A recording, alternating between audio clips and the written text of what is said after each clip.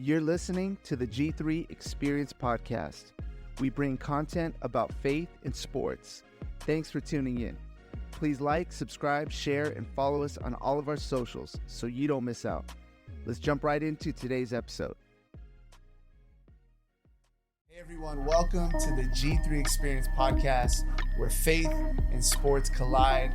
I'll be your host, Chris Avila, and I'm so excited to have our guest today. His name is Noah Arnold, and he is leading in a space that is growing like crazy. It's considered the action sports area, but specifically skateboarding. So I'm so pumped. Noah Arnold is in the house. What's up, my man? What's up, dude? So glad you're here. Bro, give them really quick some statistics, what's going on, and how Camp Arnold started Skatechurch. Give it to us. Yeah. Well, thank you for having me. So my last name's Arnold. I've been known as Mr. Arnold. I've been teaching 12 years, so Camp Arnold just kind of grew and happened organically. So this year I stepped away from teaching, and Camp Arnold is the umbrella of many things I have a heart for, which includes outreach, which includes specifically the skate parks. So the research that I've done in the action sports world, that since the pandemic, 490 million people are involved in action sports. Wow. It's too big to ignore, right? Like it's in the Olympics. So I have a heart for that culture. I grew up skating. My first love was snowboarding in the action sport world. Nice. Did a handful of years with wakeboarding, but skateboarding has been a place where it's my outlet. And it's something I love doing, and I have a heart for those kids because I've seen firsthand that the skate parks can be a place where kids go to get away from broken homes. Right. They're dealing with suicidal issues, right. Drug abuse, alcohol abuse, depression, anxiety, different things. So when I started this skate church, the vision was to share my faith, impact the skate park culture. With the power of Jesus, and for each individual to see, hear, and respond to the gospel. So we do that at Frisco Skate Park. We meet every week, Thursday night, 6:45. We have a sit down. We do a lesson. We feed them. We give them water. Amazing. Walk alongside them and mentor them. So we've been doing this now for a year and a half, and I'm about 3 months into doing it full time. So it's been a journey. Wow, man, that's crazy. So tell me a little bit about your journey. Because you're saying snowboarding, there's no snow around here in Texas. Yeah. But tell me about your journey, how God got you from Mr. Arnold to now leading this amazing ministry. Yeah, so I'll start quickly about me. So I grew up in the Midwest. I grew up in the state of Wisconsin, gave me my blue collar, hardworking edge. So I didn't have a church or a youth group growing up. So my parents put me in summer camp. And summer camp, I loved it. I loved everything about it. And as a student and also on staff, and summer camp changed my life. So it just became a part of me. Grew up skating, grew up snowboarding. I did play basketball, baseball, big basketball, baseball guy. Got into my first year out of high school, went to Colorado, did a bunch of snowboarding. Wow. Loved it. And when I got married, and I married a California girl, a Southern California girl. So when we moved to California, I got a job teaching in the South Bay, Manhattan Beach, California. And I was known as Mr. Arnold. I was teaching physical education. I got a degree in PE, K through 12, had a great job. And so Mr. Arnold was who I was. And so I have a heart to go above and beyond. So I thought, why don't I now be someone that can impact these kids? It really had nothing to do with skateboarding at the time. Right. Camp Arnold was just me. Like, it was Mr. Arnold, and then if you knew me, if you were in the community and you dropped your kids off, it was just me running camps to make a little extra money and to have this above and beyond approach. So, okay, you got this huge heart. So when did God become real in your life? Because this is obviously talking about this impact that you have, this passion for God, but when did that become real? And you're like, man, I want to live for Jesus. This is the real thing. Yeah. So going back to the summer camp thing. So it was a church camp. Yeah, it was a Christian sports camp. Got you. So again, I went as a kid, as a camper. Nice. Loved it. I loved I love the counselors. I love the traditions, the energy, that cutting off of distractions. But so when I got to college, I was making terrible choices in college. I was making some poor choices, alcohol, drugs, addiction issues, women. It was just a lot of dead ends. But what was happening is that same camp was interviewing for staff. Wow. So I recognized that and said, dude, I love camp. Maybe I can go work there during the summer. And I went and got interviewed by a guy who I knew. I remembered him and he remembered me, and I was honest with him, like, dude, I'm not making good choices right now. Like I'm doing a lot of things with alcohol, and I'm waking up hungover every day. My choices with women are poor. But he's like, dude, we just want you to get in the atmosphere. He's like, let me check some references and I'll get back to you. So I got on staff, but I was cleaning toilets. I was a maintenance guy. I didn't do the fun thing in camp, but the point was he got me in the atmosphere. Yeah. And I remember the first week is all staff, right? Before the students come, and we're doing our testimonies. And I was about 22, 23 at the time. And they look at me during this first week and they're like, where's your turning point?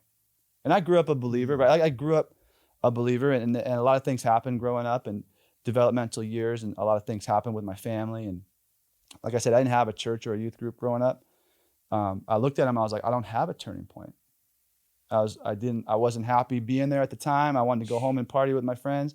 Did you feel at all like a temptation to like lie in that moment? Like, or like, that's amazing that you were just authentic and just said, man, I haven't turned yet. No, I didn't feel like I didn't want to lie, but I didn't want to be there. I wanted to go back to what I was comfortable with. I was really involved in the party scene, you know, and drinking a lot and being involved with different ladies, but like I didn't have a turning point. But I'm a huge fan of and now that I'm older, you look back at it, of putting myself in atmospheres that are healthy. Like I was in this healthy atmosphere that was God honoring. I didn't really process it all at the time, but a few days later, there was a speaker that I don't remember who it was, or it was all staff, and we're prepping for the students to come. It was all staff, and I lay on this gymnastic floor, and the speaker, I don't remember what his topic was, but he kept challenging us to surrender to God. And again, I was hitting dead ends. I was empty. And at 23, I told God, I surrender. And that changed my life, transformed my life. Wow, that's amazing. So that's where this passion to help people, to go above and beyond as a teacher begins to happen. So how do you get from beautiful Southern California to now growing Texas? And tell me, how did that happen? And then the jump from leaving teaching to now full-time Skatechurch. Yeah, so the year is 2018, Camp Arnold starts, just above and beyond stuff. 2019, Teacher of the Year, Southern California, top of the world, surfing before work, great job, great community. That's great. I got 2 daughters. My wife and we're now been married 15 years. So at the time it was around 2021. So like 3-4 years ago. So we've been married 11, 12 years at the time. Get laid off in 2020 in California. Pandemic, chaos, shutdowns, riots. So like LA County at the time was a crazy place. No joke, and unfortunately, like everybody who had, you know, if people are being honest, looked at some options to see what else is out there. Right. So we got job offers in Prosper, Texas. I had no idea where Dallas was. I had no idea where Prosper was. I knew Dallas was in the state of Texas. You couldn't tell me if it was north, south, east, west. Right. But we got 2 little girls, and they play soccer. And at the time, everything was shut down. School was shut down. Soccer was shut down. So like, you just look for opportunities for what's best, big picture for your family. Yeah. And so when you compare the two, it's like Texas, California. I got nothing but love for the state of California. Sure. But the state of Texas just had the opportunities for my family. So we moved here in 2021. Wow. And so we just jumped back into school. I got a job in the special ed world. But the question is where does Camp Arnold go from here? Right. So I had a vision in 2020. I was sitting in my garage in California teaching virtual teaching to special ed students. And I love the special ed students, but the virtual world was a whole different thing. Yeah. Like it was a challenge for me, like for everybody. Special ed students trying to follow along. But again, the rug got pulled out from under me. Teacher of the year 2019, right. Like 2018, I start Camp Arnold, like the community, the involvement. I love those kids the same I loved my own children, the kids I was working with. But in 2020, I'm sitting in my garage, and you have like a 30-minute Zoom, right? And then you take like a 30-minute break, and you jump on another Zoom. And I'm sitting in my garage during the pandemic, and I get this vision to make Camp Arnold more. To make it more. So I have a little history with doing some skate outreach in the past before I had my own kids, but again, I never ever thought it would ever happen again. So I had the vision to do another skate ministry, skate outreach. And at the time we didn't know we were going to move here, but we got here. And then when I got here, no one knows me, like community, right. School involvement. These students don't know me, these parents don't know me. So that's what made Camp Arnold something where I can go above. I always had this hard to go above and beyond, but I didn't have that community like I did in California. Right. So I was like, I'm just going to go invest and follow this call to go to the skate park. And so I did. Like, wow. I went all by myself the first year and went to Frisco Skate Park and just started to skate and get connected with the kids. Wow. That's amazing. So here you are teaching. You start going to the skate park, you start connecting with kids. Now there's this battle in your heart of like passion and what do I really want to do? Tell us about how did that happen, that final jump? Because I always tell people when you're about to step out into faith, you have to step over fear.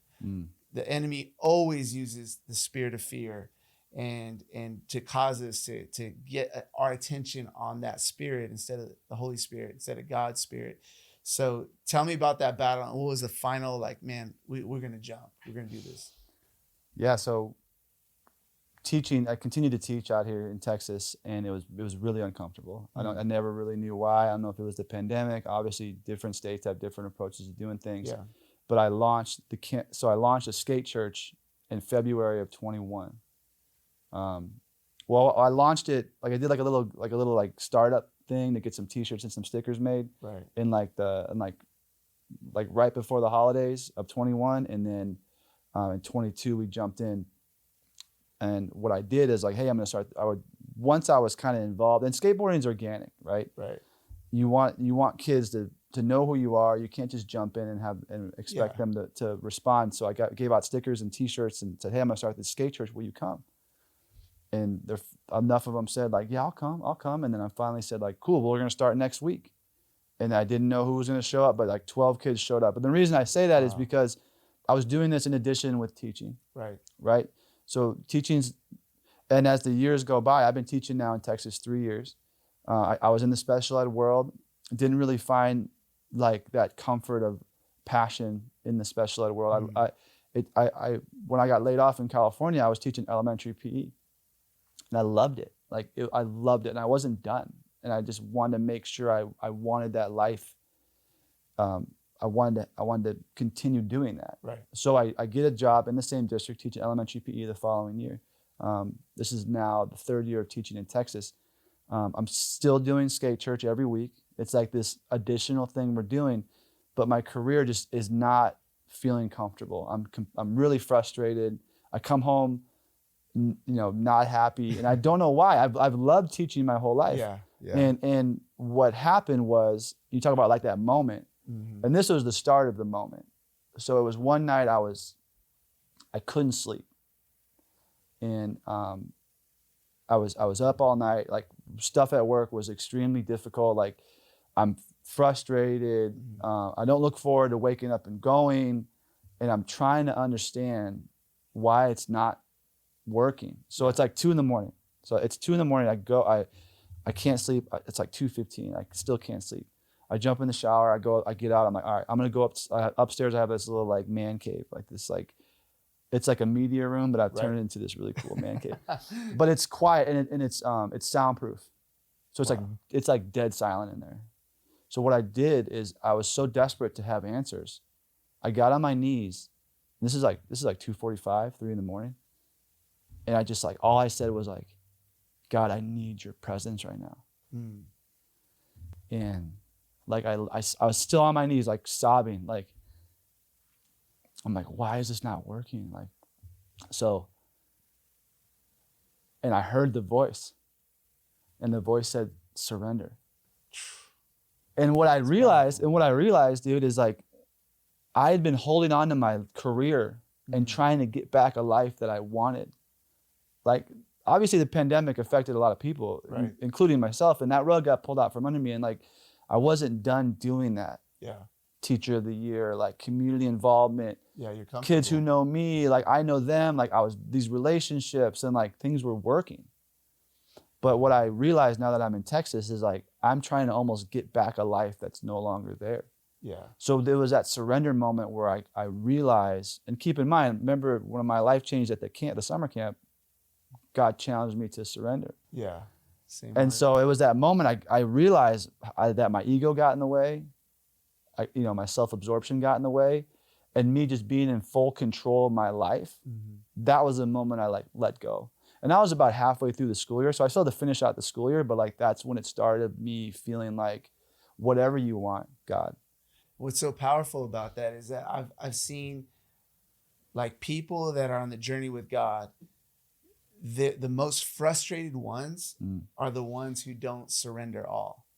Dude. It's like they hold on, they're holding on. Yeah, man. It was like, man, when God saved my life, it was a shift that happened in my spirit. So I was still going to clubs, still working at this radio station, and I couldn't enjoy myself anymore.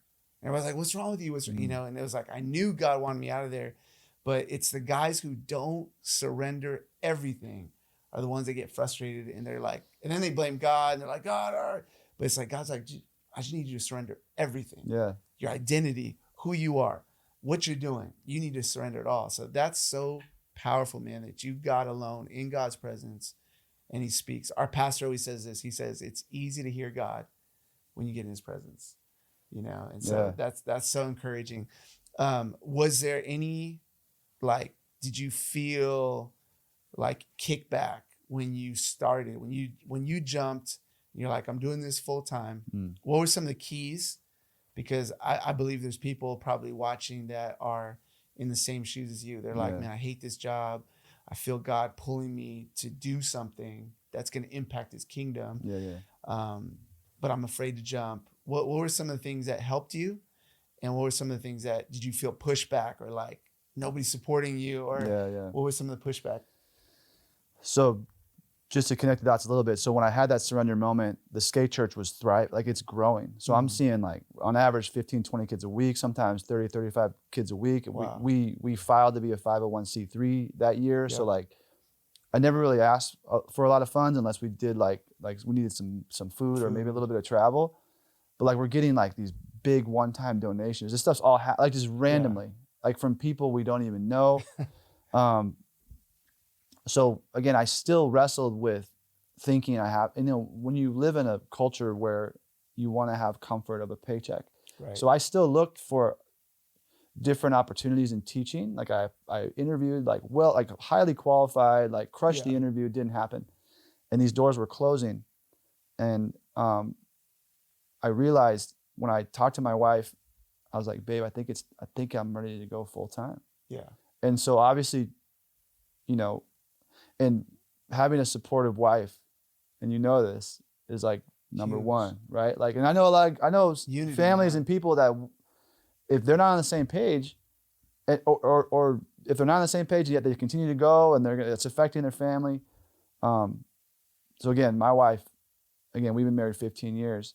I still don't know why she chose me, because I'm just a Midwest dork, but I never forgot, to have a blonde California God's girl, grace, man. God's to have grace. A blonde California girl pick you, but I love her, but she was very supportive, and she was the one that really kind of brought it up first, like, you should do this full time. Wow. And so what I did that, and another thing I was going to say, like a lot, what I realized after that surrender moment of what God was doing, because you get frustrated, you want certain people and you want it to look a certain way. And I would love like 3, 4, 5 of like-minded guys like me to go out to the skate park. It was really just me, Right. following the call to go out and do it. It's hard to find, I'm an old guy, so like to find guys my age, like people get kind of stuck in their ways, especially like I talked to a few people about guys in my age that want to do this and they have a certain opinions, and I was like, dude, like it's not in line with what the vision is. So my point is like God brought people into my life, like a CPA, like huge, not knowing at the time, but that stuff has to get filed. Sure.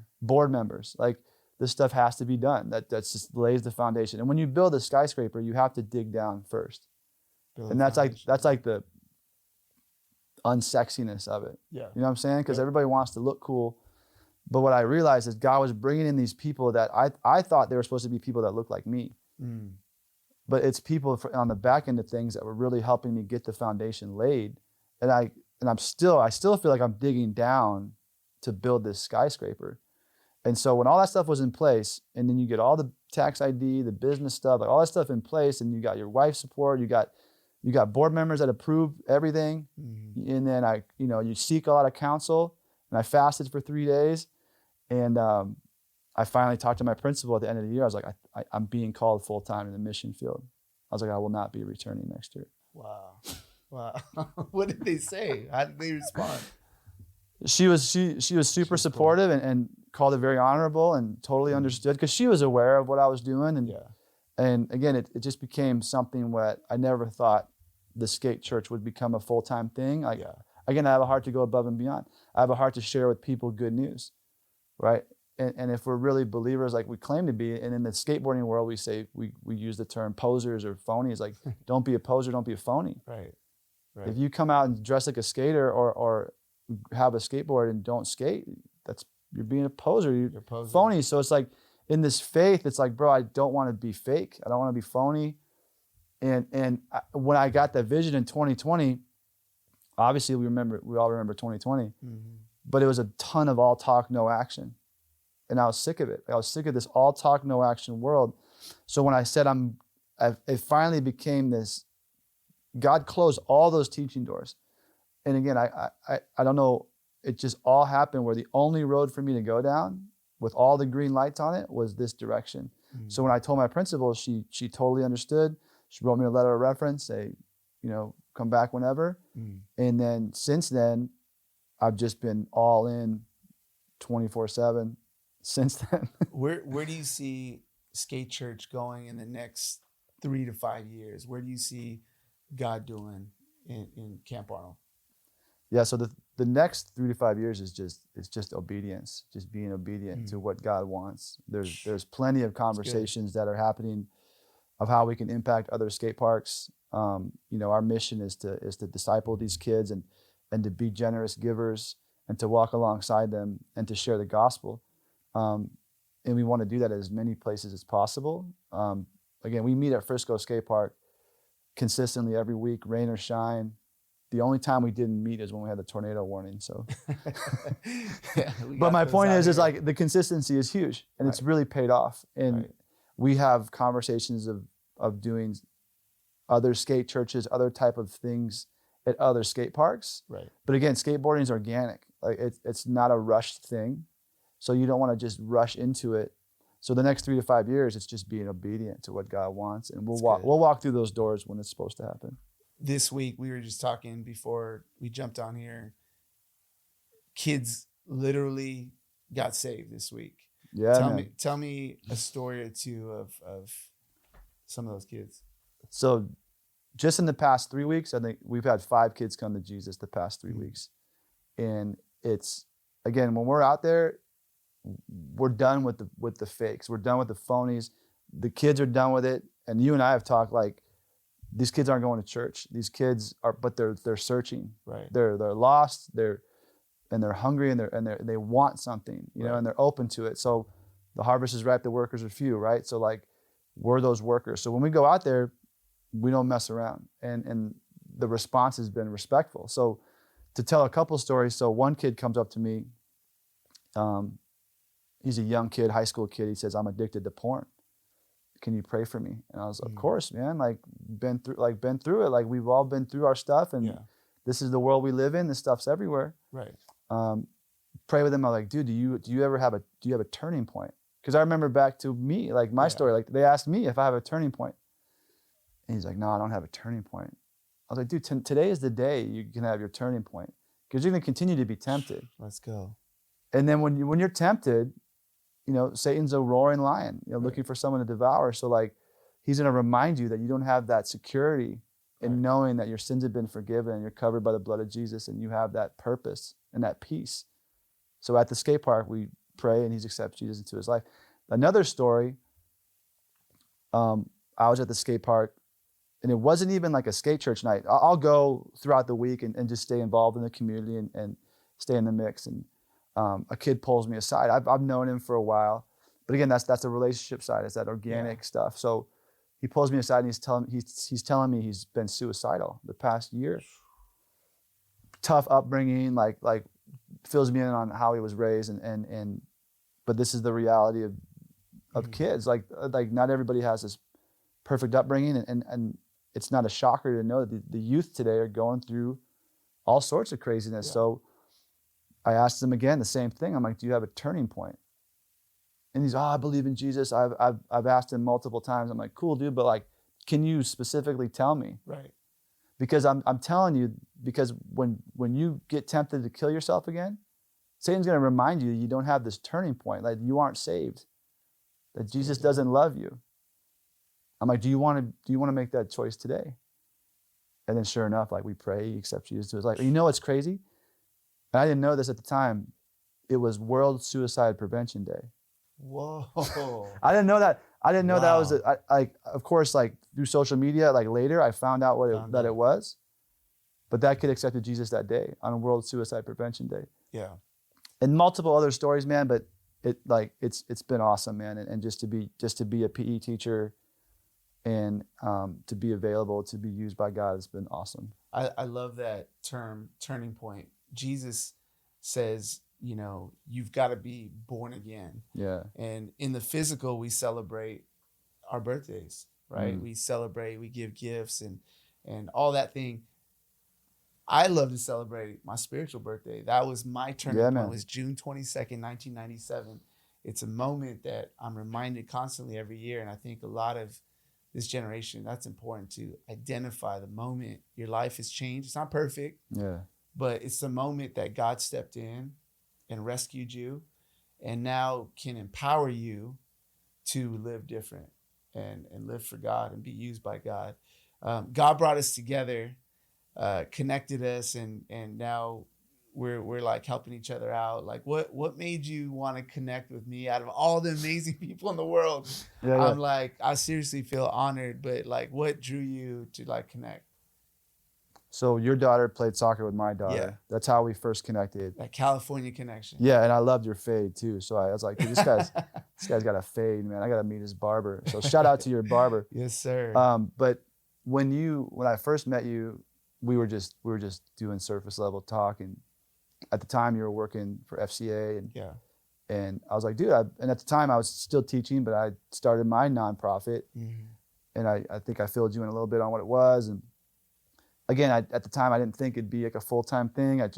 We both had this like-minded heart for the Lord and a heart to go out and share the good news. So, fast forward, when I knew I was going to do this full-time and I made that decision, like I'm a pretty common sense guy. So like I reached out, and in our relationship, I think our daughters had gone to different clubs and things had changed on the soccer thing. But I was like, dude, Chris has been doing this. And you had filled me in on your past with, being out in Northern California and your chaplain history. And you had said that, and you had filled me in on G3. Right. It was right at the beginning time, like when it first started, but that conversation got brought up because 501c3 conversations got brought up. And so I was like, dude, I'm going to reach out to Chris because this guy's been doing this. Like, and so like with your advice and your consult, like it's been incredible because I needed it. Like I needed someone to not judge me and like, and like make me feel like I don't know what I'm doing, because I didn't know what I was doing. And I just had a heart to go do this. So, but there's a lot of details to it when it comes to the fundraising, when it comes to connecting, to present to people your vision, how that looks. And you were just open and genuine. And again, it was that I really appreciated that, because I needed someone to really kind of hold my hand and not really judge me, because as if I should know this already. Right. And you were a no-brainer, man. Right. Man, I appreciate that. It's been fun, just getting your text messages and, hey, you got 30 seconds, man. I just need to ask you some questions. I love that. My passion is to, again, I just love meeting people where they're at. And Skatechurch is meeting this generation exactly where they're at and bringing Christ, being an extension of the church, to bring the presence of God onto these places. Really quick, as we close, share, there's people watching. How can they come alongside you? Where can they find you? How can they help you? Yeah, so first, all social media platforms at Camp Arnold Skate Church. Perfect. Website is camparnold.com/skatechurch. Again, we meet in Frisco, Texas, the local Frisco skate park, every Thursday night at 6:45. So if you're local, come hang out with us, come skate with us. And you don't have to skate to be there. A lot of people get hesitant to come, but they want to be involved. Just come out and see. And then you'll know how you can be involved and be supportive of what we do. And all information to come alongside us and partner with us is on the website. So check that out. And my personal Instagram is Noah Arnold, at Noah Arnold, because all the kids when I taught would call me Narnold. But they did it because they knew I was into action sports, so they added a G. So my first name is N, my last name's Arnold, so we just put Narnold. So Noah Arnold is my Instagram. There you go. So if I show up, I got knee pads, elbow pads, full helmet. Like, you guys can accept me, man? Oh, dude, bro, it's, again, we don't care at all, man. Like, and what's beautiful about the skate culture is like, we just want to see people succeed. Like we really do. And like, when it becomes like an issue of like people worrying about what people think, and like, that's when it becomes so obvious. Like, dude, if you're gonna fall, just get up. Like, just and we're gonna cheer you on. And people need to understand, like, kids at skate parks and people in the skate culture, like, we're cheering each other on. We're all individual. We kind of have our own individual style, but it's family at the same time. So we'll cheer you on. If you show up in pads and helmets and stuff, and like, and you're having a blast, dude, we will cheer you on. That's awesome. Does your wife ever be like, hey man, you get hurt, you're gonna be in trouble when you get home? No. I see some of your videos. You're doing some. No, I mean, again, and another point I want to make is like, I'm over 40 years old, so like, I've never claimed to be the strongest skater, but again, I serve a God who's bigger than that. So, but yeah, I'm doing things a 40-year-old probably shouldn't do. But when it comes to skating, but like, I love it, and I have a heart for it, and I have a blast. And again, that communicates with these kids 100%, because in the end they love skating too. And so like, when I'm there and doing that, and I'm not doing crazy tricks and jumping off of crazy stair sets and doing all this stuff, of course I would love to look cool that way, but like, I'm over 40, so I'm not gonna, I got a family to provide for, you know what I'm saying? So my wife, she's always been so supportive, and again, our first date, when we first dated, we went on a snowboard trip, and she snowboards, and I was like, dude, I'm sold, man. I'm sold. So again, she enjoys it. She supports what I do, and again, it's a lifestyle for me for my girls to come see it when they can. Obviously, soccer gets busy, but it's a lifestyle, and I want my family. It's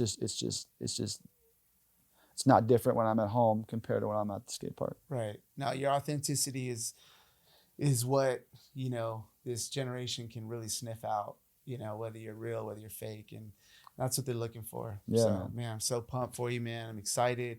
I just want to thank everybody for watching, for listening to the G3 Experience podcast, where we are going to hopefully have weekly to monthly content on sports and faith. Please share this, follow, like, subscribe, do all that stuff. We need to get the hope of God to this world. So thanks again. God bless.